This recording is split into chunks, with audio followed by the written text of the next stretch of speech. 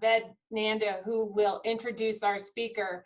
Ved, as you know, is our esteemed Rotarian colleague, and an introduction of Ved would even take a long time. But Ved is currently the professor at the University of Denver College of Law. There's a lot more behind that than meets the eye, but I would like to turn it over to Ved to introduce our speaker. Well, thank you, President-elect Debbie. It's wonderful to work with you. And friends, I'm delighted to present to you a wonderful speaker today. You have seen about him in the notice that he is a widely respected scholar, published by Oxford University Press and so many other publications. But at the same time, you also saw that he's a widely sought after speaker. Now, I have had the privilege of working with him. I have had the privilege of having the podium shared with him, having him as speaker at the Nanda Center at the University of Denver. But more than that, what I did was I asked several of his colleagues, and one of them told me that he is an institution builder. He is the one who brought to life the Middle East Center, and a center that's very active. Another one said that among brilliant people who are scholars and teachers at the University of Denver, and especially at Korbel, he's a star. Another one told me that he is a wonderful human being. And all that I can say, there's so much more to say about him.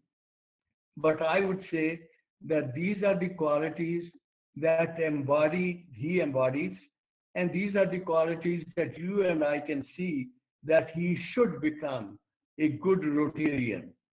Friends, warmly welcome Professor Nader Hashemi, my good friend. Thank you.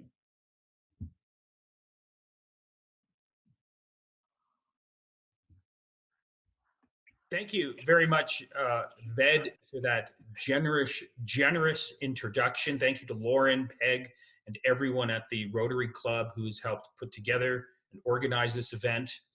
The Rotary Club's long-lasting commitment to humanitarian development, especially its long-standing commitment to combating infectious diseases, is a perfect setting to discuss the coronavirus pandemic and its effects on global affairs. What I'd like to do is pose the following question and then answer it. And the question is, are authoritarian governments better equipped than democracies to handle the challenges of a pandemic? Over the last 40 days, a global debate has emerged on this subject, and I want to address this topic both theoretically and practically, and with time left, maybe reference what's happening in the Middle East today that bears on this subject. But let me just begin with a comment on the scale of the crisis that currently confronts us. Roughly 3 months ago, no one had heard of the coronavirus disease or COVID-19. Now this virus has spread to almost every country in the world, crashing economies, breaking healthcare systems, filling hospitals, and emptying public spaces. It has separated people from their workplaces, their friends, and their family, and it has disrupted society in ways that we've never seen before. The coronavirus pandemic has changed our world, and arguably it will never be the same again. Over the last 40 days, over 250,000 people have been killed worldwide, over 73,000 here in the United States alone, and the number of known infections is now approaching 4 million. The UN Secretary General has stated this is the biggest challenge to global order since World War II.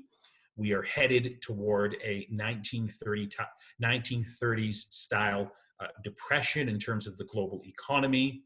Oxfam is predicting over 500 million people in the global south can be pushed into poverty.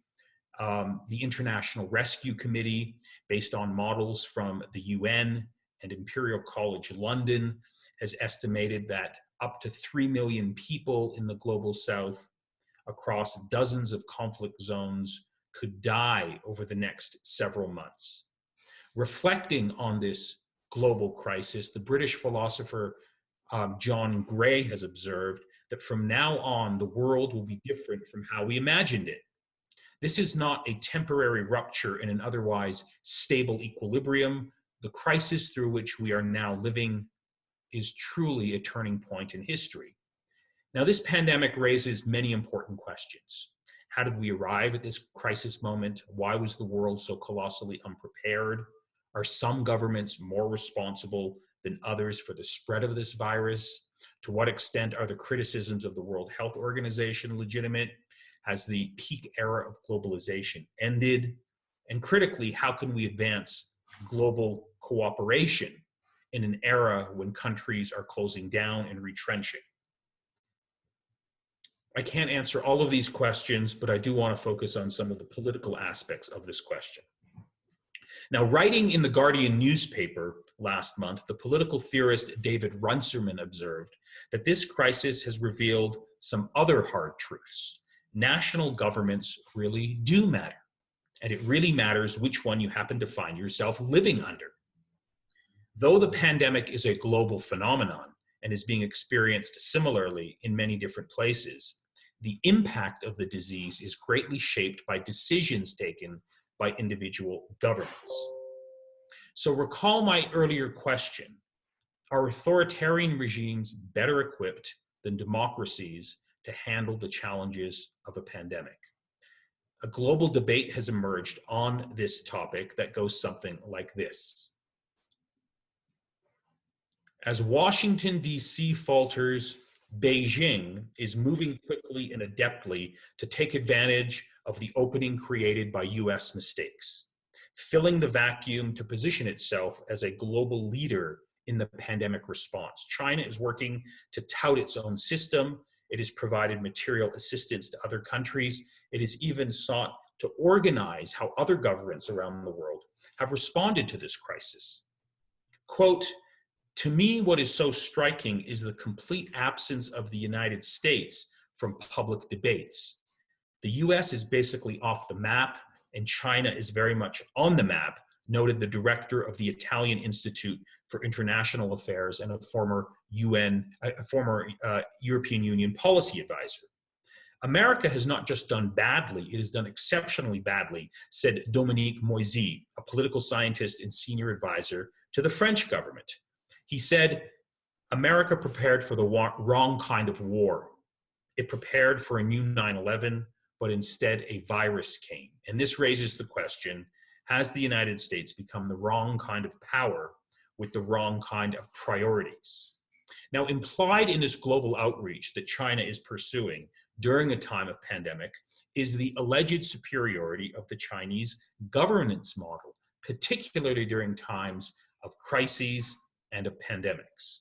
When the director of the World Health Organization declared in late January that we actually did have a global pandemic, he took pains to commend China for its response to this crisis. Quote, "In many ways, China actually is setting a new standard for outbreak response, and this is not an exaggeration." And he went on to praise China for, quote, "the speed with which it detected the outbreak and its commitment to transparency." Revealingly, the President of the United States has echoed this sentiment. Quote, he tweeted on January the 24th, "China has been working very hard to contain the coronavirus. The United States greatly appreciates their efforts and transparency. It will all work out well. In particular, on behalf of the American people, I want to thank President Xi." And a month later, Donald Trump echoed that sentiment. So this global narrative goes something like this. As the disease grew into a global health crisis, Chinese officials were able to quarantine entire cities in a matter of days. They suspended travel, they closed schools, businesses, they imposed strict restrictions on who could leave their homes. They built hospitals in a matter of 10 days, and they have been able to sort of lead the way in terms of contact tracing, a key element in stopping the spread of this virus. And the World Health Organization has continued to praise China's response. The executive director of the World Health Organization's Health Emergencies Program at a conference in Munich, Germany in February, said the following about China. He said that the Chinese people feel that their government has stepped in aggressively and quickly to protect them. And this is the ultimate social contract between any government and its people. Now, contrast this picture that I've just painted with what's happening in many Western liberal democracies these days. A public health crisis in the West has forced governments to consider preventative measures such as requiring health checks, limiting movement, establishing quarantines that don't infringe on individual liberties and human rights. There's a deep legal tension between state-sponsored lockdowns and quarantines and constitutional law that uphold a set of basic principles such as freedom of assembly and association. Thus, some have argued that in moments of crisis such as this, liberal democracies are not as effective in responding quickly to these moments of crisis because liberal democracies allegedly are weak governments. They have to respect popular choice and legal procedure. And this narrative that is part of a global debate is suggesting that perhaps one of the big takeaways from this crisis is that authoritarian governments are better equipped than democracies to meet the challenge. And as you all know, over the last several years, we have seen a global decline in democracies. Democracies everywhere are under stress. If you look at the monitoring organizations that measure democratic gains and setbacks, the evidence is overwhelming that for the last 15 years, there has been a net loss for political rights and civil rights around the world. Contrast this with the image and the behavior of Russia and China on the global stage. They're very confident, they're very assertive, and they are seeking to expand their influence. Look at the data from this current crisis. The countries that have been most affected in terms of cases and deaths are overwhelmingly Western liberal democracies. The top 5 stand out: Italy, Spain, the UK, France, and the USA. By contrast, China's numbers are much lower. And of course, Donald Trump's colossal mismanagement of this crisis does not reflect positively on liberal democracies, and Boris Johnson's response in the UK is not much better. So the argument goes that perhaps China really has shown great global leadership, containing the virus, stopping its outbreak, sending medical aid and supplies and testing kits and surgical masks to other countries around the world. Is this one of the big takeaways and political lessons that we should be taking from this crisis? Now, one of the key intellectual defenders of this narrative is none other than Kishore Mahbubani. He's frequently on CNN, he goes to Davos, he writes in all the major publications. And speaking about this topic, just a couple of weeks ago, he wrote the following in the Economist magazine, quote, this pandemic could mark the start of the Asian century. This crisis highlights the contrast between the competent responses of East Asian governments, China, South Korea, and Singapore, and the incompetent governments in the West, notably Italy, Spain, France, Britain, and America.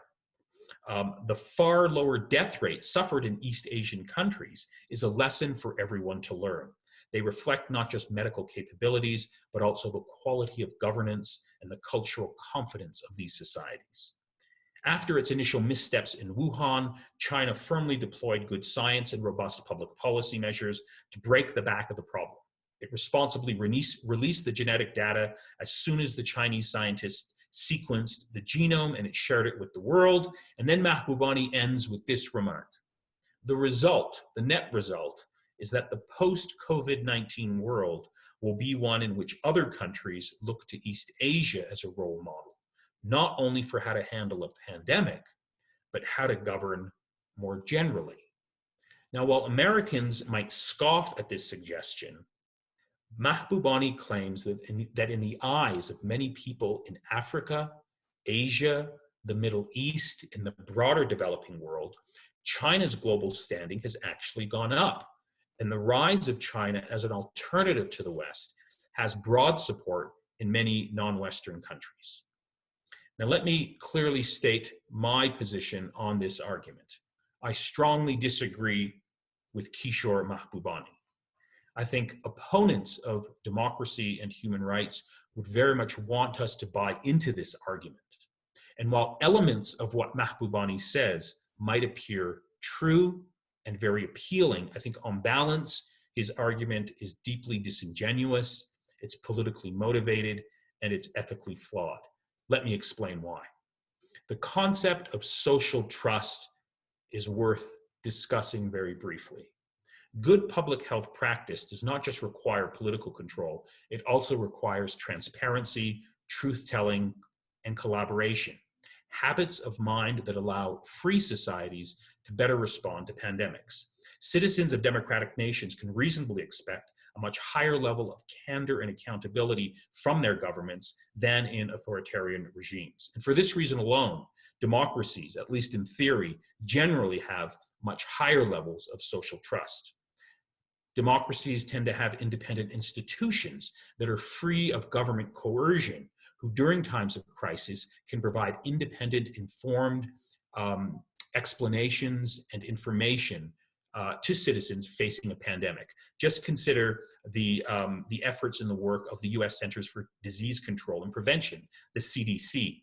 Whatever Donald Trump and the White House might be saying during this moment, Americans can gain confidence that what the CDC has to be saying, or what medical experts such as Dr. Anthony Fauci or Dr. Deborah Birx might be saying, is actually honest and accurate information. And we trust the CDC and we trust these healthcare professionals because they're considered to be independent and they help advance social trust in society.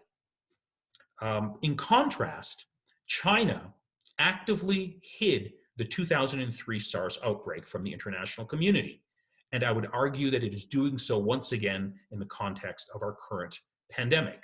Local authorities in China deliberately suppressed early reports of the unknown virus, missing an early window that responders had to stop this infectious disease before it could spread. Although China did later help spread the details of the genetic sequence of this virus, the Communist Party in China underreported the number of cases, downplayed the risk of human-to-human transmission, detained doctors who tried to discuss this disease publicly. And this has had catastrophic effects for everyone on this planet. There are several studies now that suggest that had China acted earlier to contain this virus, not engaged in cover-up, then up to 95% of the cases that emerged in China could have been prevented from breaking out. Now, one of those heroic doctors in China who tried to sound the alarm was Dr. Lee Wen Liang. He tried to talk about it on social media. He was arrested, and he eventually died from the complications of COVID-19. And reportedly on his deathbed, he famously said, quote, "A healthy society should not only have one voice." There have been many other doctors and journalists and even senior members of the Chinese Communist Party who've been arrested because they've criticized Beijing's response to this pandemic. Human Rights Watch has issued a statement saying that we will never know the full details of what has happened because of the colossal cover-up by the Chinese Communist Party. And this is precisely the point. China's cover-up of the virus was not the result of a system malfunction or of personal error. In an authoritarian state, cover-ups happen by design. They are state-sanctioned and they are deliberate. The language of authoritarianism, the language of fear and force, is part of the DNA of authoritarian regimes. In the context of the global pandemic, what we are seeing today is the calamitous effects of the policies of authoritarian regimes. And to sharpen this point, let me just say something a bit more about social trust in pandemics. During a public health crisis, a government's credibility is a vital national asset. To slow the spread of the virus, a government must convincingly inform and instruct the public. And to do so, it must inspire trust. Trust that it is following the latest scientific data, acting out of the interests of the entire population, and enforcing measures that will help keep the public safe. Trust depends on transparency. Trust also depends on accountability. If governments appear to be concealing the truth or withholding information, their credibility can quickly crumble, and they will not be able to mobilize collective action to deal with this crisis. Now, one of the people who have intervened in this debate is none other than Francis Fukuyama. In a recent essay, he's argued that we have to discard simple dichotomies. We can't say that democracies are better than authoritarian regimes. In dealing with this crisis, there's going to be a range of democratic countries who perform well, some poorly, and vice versa with respect to authoritarian regimes. And he said what really matters at the end of the day is state capacity to respond, but also social trust. I think Fukuyama has it partially right. I want to sharpen my own argument by responding to him in the following ways. I think when this crisis is over, and when we have the opportunity to examine the behaviors of different countries around the world, I think democracies on the whole and on balance will come out looking much better than authoritarian regimes. Yes, there will always be the Singapores, the United Arab Emirates, and the Qatars, but I think these countries are generally non-representative of authoritarian political systems in the international community. They are the exception, not the rule. Most authoritarian regimes, I think, will not come out looking very good when this is all over. When it comes to social trust that Francis Fukuyama speaks about, generally speaking, it is scientifically provable that there are much higher levels of social trust in democracies than in authoritarian regimes. And this is due to the concept of political legitimacy. Political legitimacy fundamentally matters and is much it exists in much greater extent and scope in democracies than in than in authoritarian regimes. Social contract theory is fundamentally based on the concept of political legitimacy, the consent of the governed. And there's many implications that flow from this. Social trust is deeply linked to social distancing.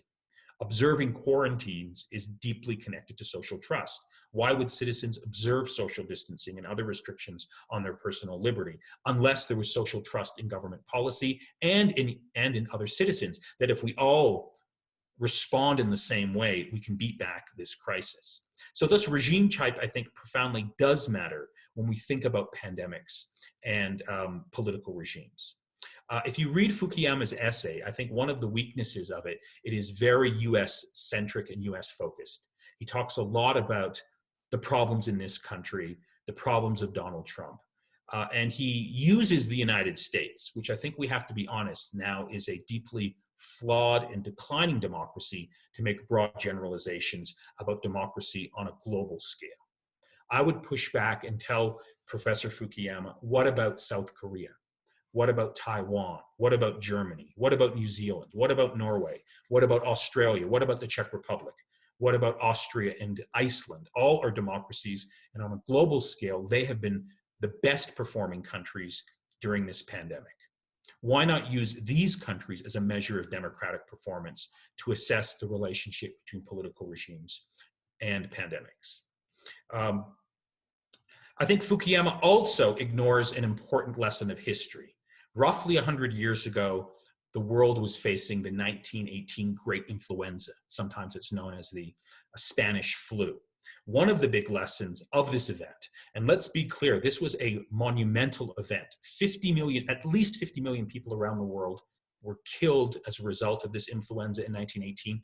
In the United States, 675,000 Americans died.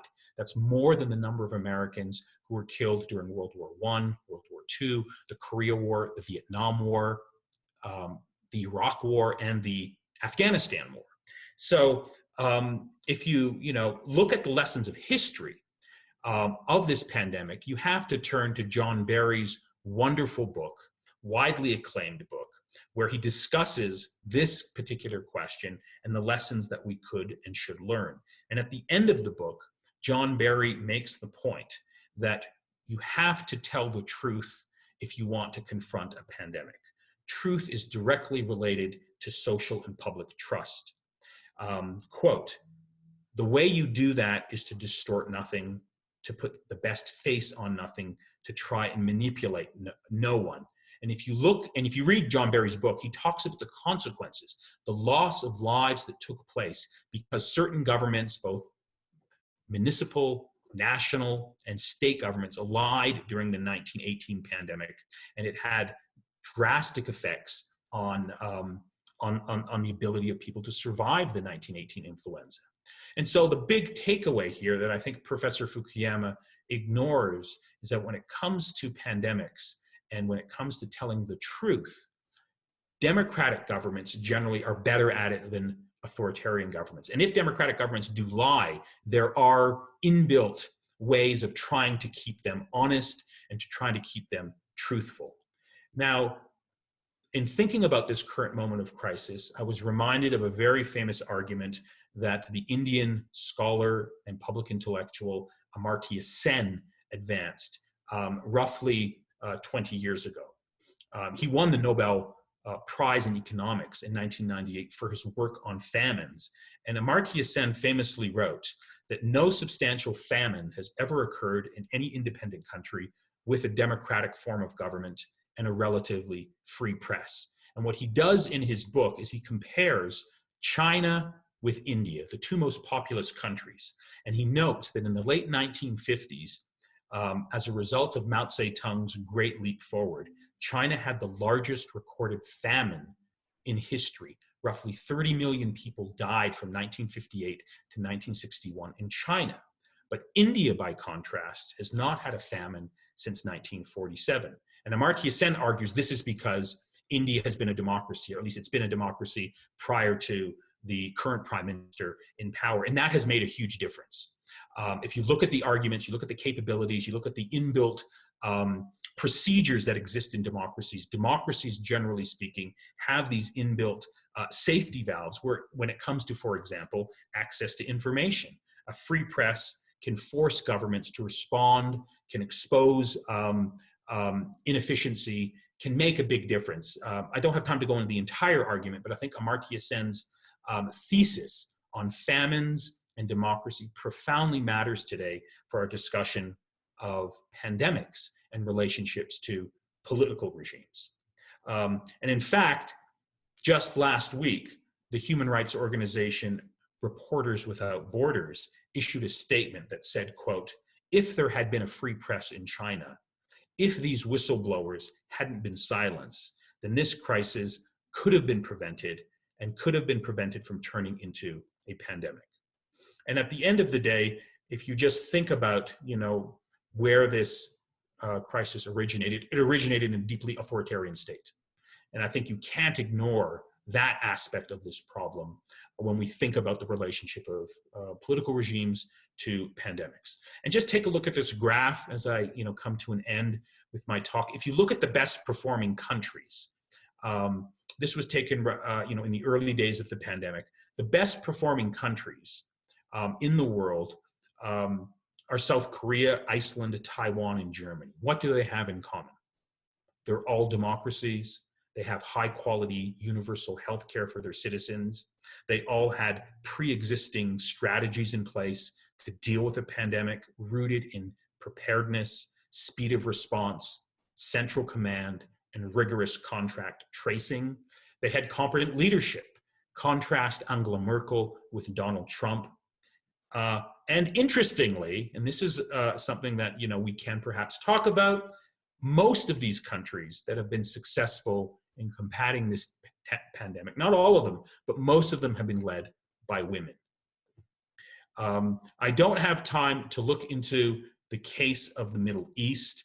I think it's sufficient to say that the epicenter of the pandemic in the Middle East is in the Islamic Republic of Iran. And I think if you look at what's happened in Iran since this outbreak of a pandemic, it's a textbook example of how the authoritarian nature of the regime is largely responsible for the coronavirus pandemic in this country.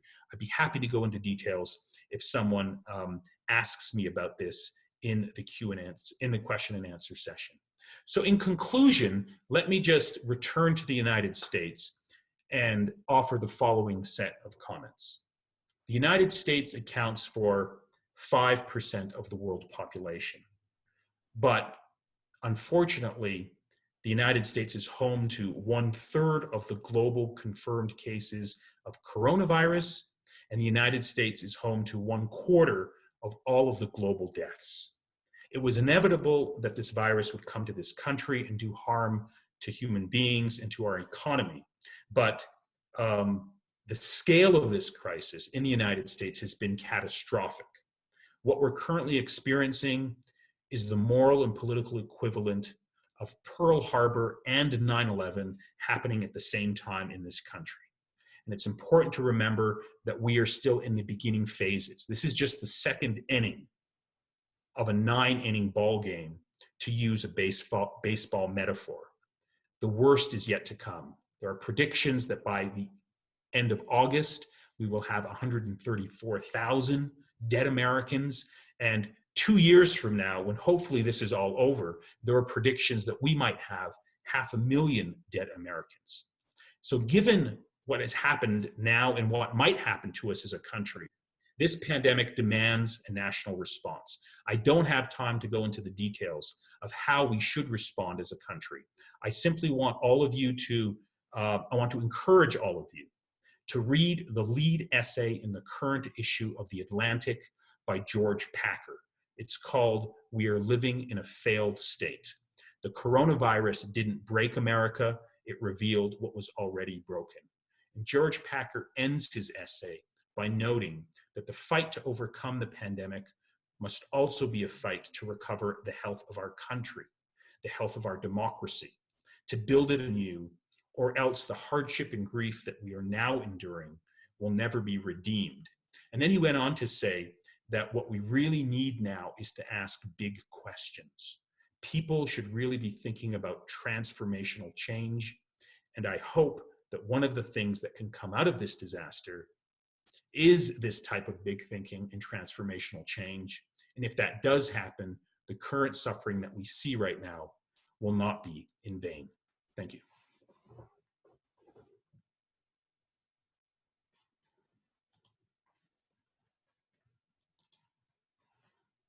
Authoritarians, we're going to move into our question and answer, question and answer section of the presentation.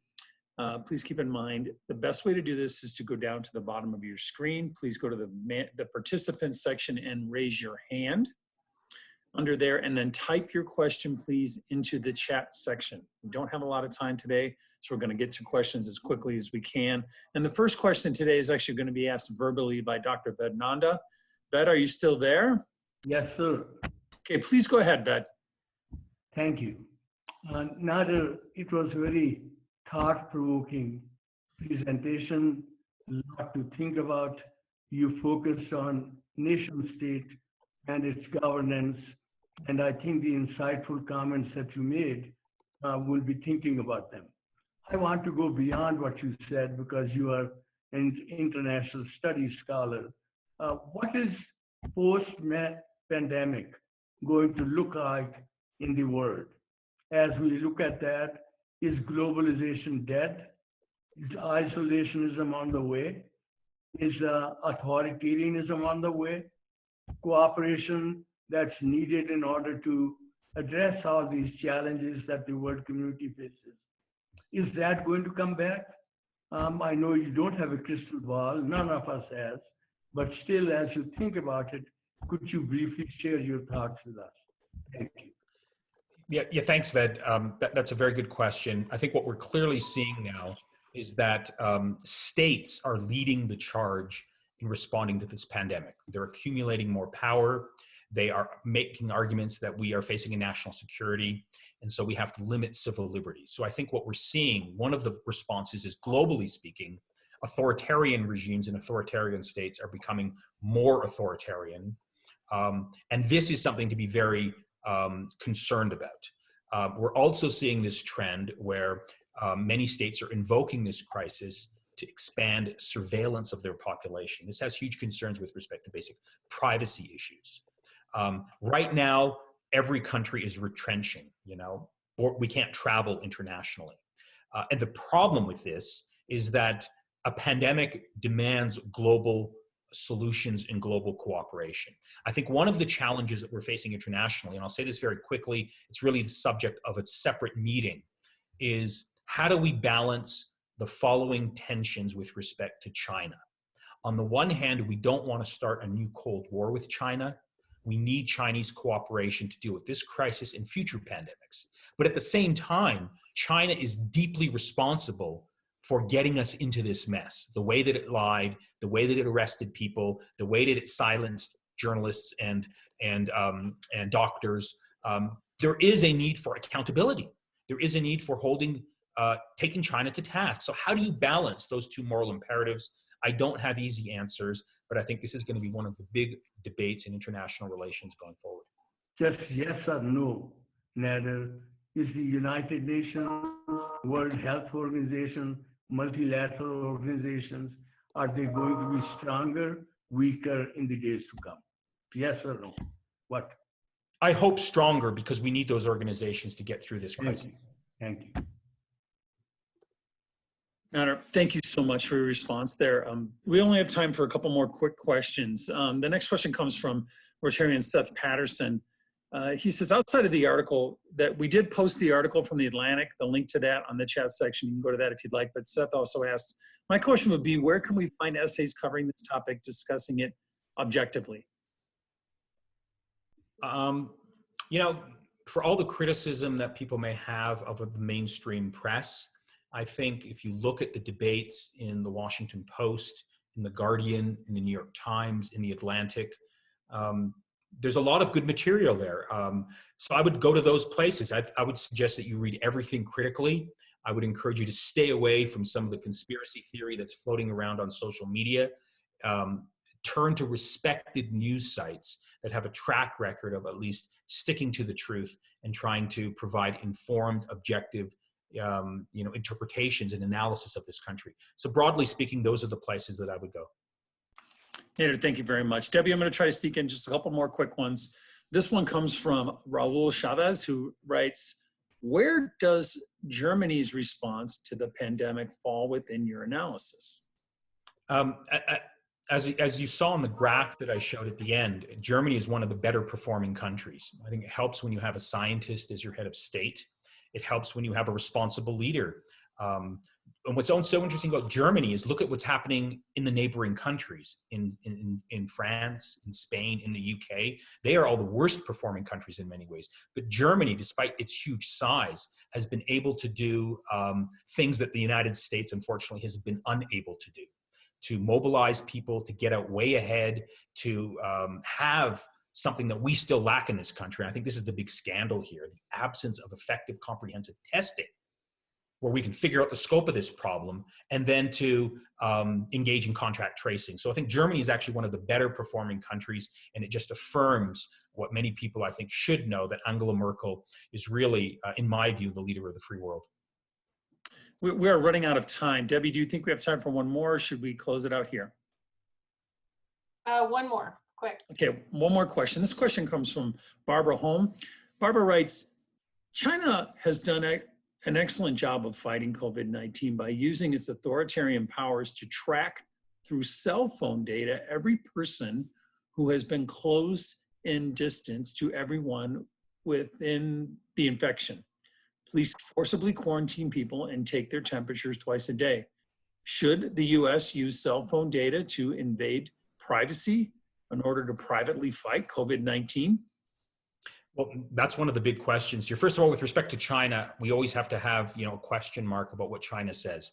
It's a police state. We don't know the truth of what's happening there because of the nature of the regime. But with respect to cell phone technology, I think that is maybe one of the ways that we can help advance contact tracing. But I think it should be optional. I think you should have an option on your phone that if you want to sign off, you don't want to be part of that invasion of privacy, you should have that as an option. But this is one of the big questions moving forward, is how do we balance the need for contact tracing, the need for surveillance to deal with this crisis with people's individual liberties and their right to privacy. Nader, thank you so very much for addressing the questions. Fellow Rotarians, I'm sorry we cannot get to all of them today. We're just out of time. Thank you so much for following the procedures and typing your questions in. Debbie, I'll let you take it from here. Thank you. Obviously, generated a lot of thinking and questions, and could, you know, I would encourage people to go out and read and get your hands on as much information as you can. Nader, I'd like to thank you today for your presentation to this group. Our Rotary Club will be making a donation to the Rotary International Polio Plus campaign, which will inoculate 33 children. With a 2-to-1 match that we have from Bill and Melinda Gates, in total there will be 100 children inoculated against polio. So thank you.